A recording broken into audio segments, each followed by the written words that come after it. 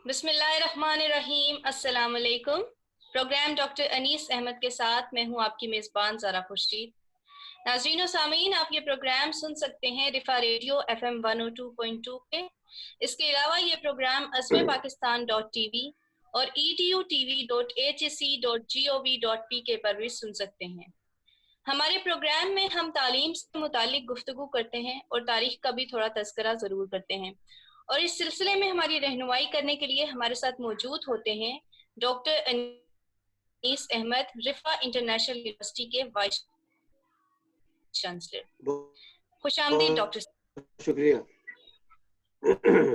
Doctor साहब, आज का हमारा मौजू है पाकिस्तान में ख़ानदानी निज़ाम। ख़ानदानी निज़ाम के हवाले से हम बात करेंगे। अगर देखा जाए तो ये बात अक्सर मानी जाती है कि पाकिस्तान का ख़ानदानी निज़ाम अभी तक सबसे बेहतर है। जी, मैं इससे मुत्तफिक हूँ। मैं समझता हूँ कि दुनिया में जहाँ कहीं भी मुस्लिम आबादियाँ हैं और गैर मुस्लिम आबादियाँ हैं, दोनों का मुकाबला किया जाए तो अल्लाह की मेहरबानी से आज भी पाकिस्तान में ख़ानदान का जो निज़ाम है और जो उसकी बरक़ात हैं वो सबसे ज़्यादा है।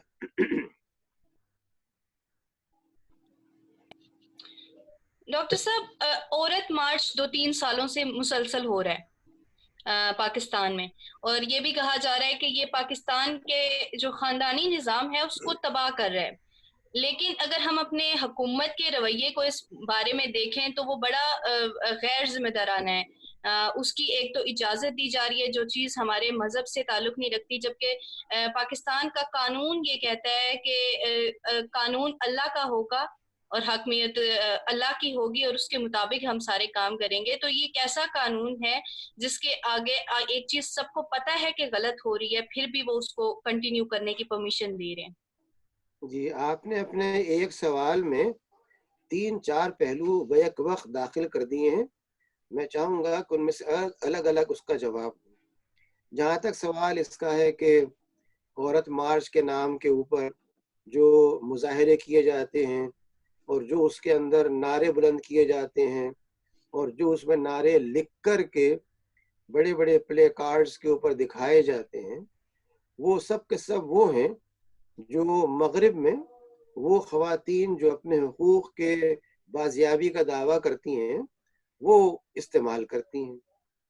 हमारे यहाँ इसमें कोई शुबा नहीं कि न सिर्फ पाकिस्तान में बल्कि बहुत से ममालिक के अंदर ख़वातीन के हुकूक को बहुत पामाल किया गया है, घर के अंदर भी घर के बाहर भी। लेकिन इसका मतलब ये नहीं है कि उन हुकूक की बाजियाबी के लिए वो चीज़ें इख्तियार की जाएं जो खुद उनको हुदूद से बाहर निकाल दें।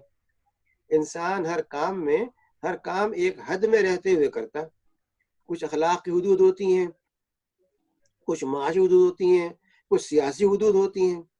अगर आपको सियासी काम भी करना है तो उसके लिए एक एथिक्स और एक अखलाक होता है, उससे बाहर वो हद से बाहर बात हो जाती है। तो अगर ख़वातीन के हकूक़ का मामला भी हो तो उसके लिए एक कायदा है, एक तरीक़ा है।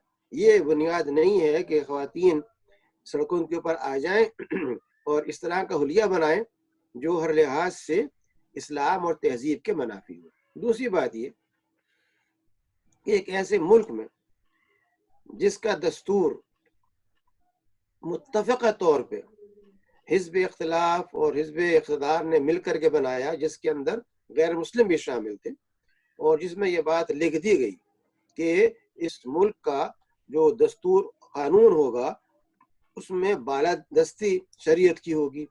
वहाँ पर कोई काम भी ऐसा नहीं होना चाहिए जो शरीयत के मुनाफी हो।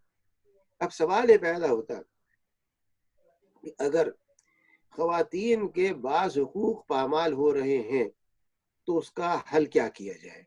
मैं समझता हूँ कि ख़वातीन के हुकूक ही नहीं बल्कि मर्दों के हुकूक भी उसी वक्त तहफ़्फ़ुज़ पा सकते हैं जब हमारा निज़ाम तालीम वो हो जिसके अंदर कानून का एहतराम और कानून की बुनियाद अखलाक उसको समझाया जाए। कानून मेरी निगाह में महज रोक टोक का नाम नहीं है, बल्कि कानून अखलाकी उसूलों की अमली शक्ल है।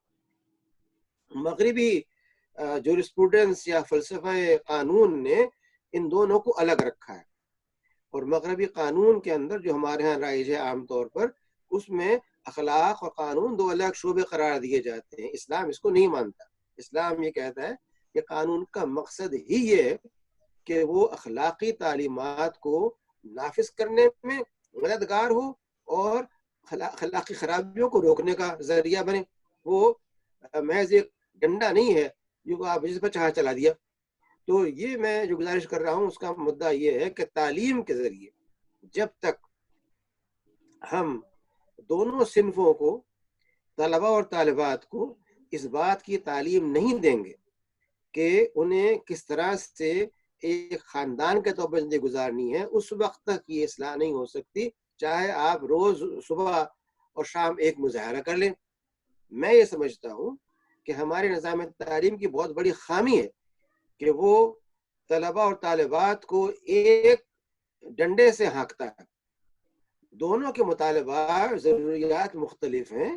اس کو دیکھتے ہوئے نظام تعلیم میں انتخاب ہونا چاہیے موضوعات کا، شعبوں کا. اور ایسے ہی ہر نظام تعلیم کے شعبے کے اندر اس بات کا اہتمام ہونا یہ کہ ان کو یہ سکھایا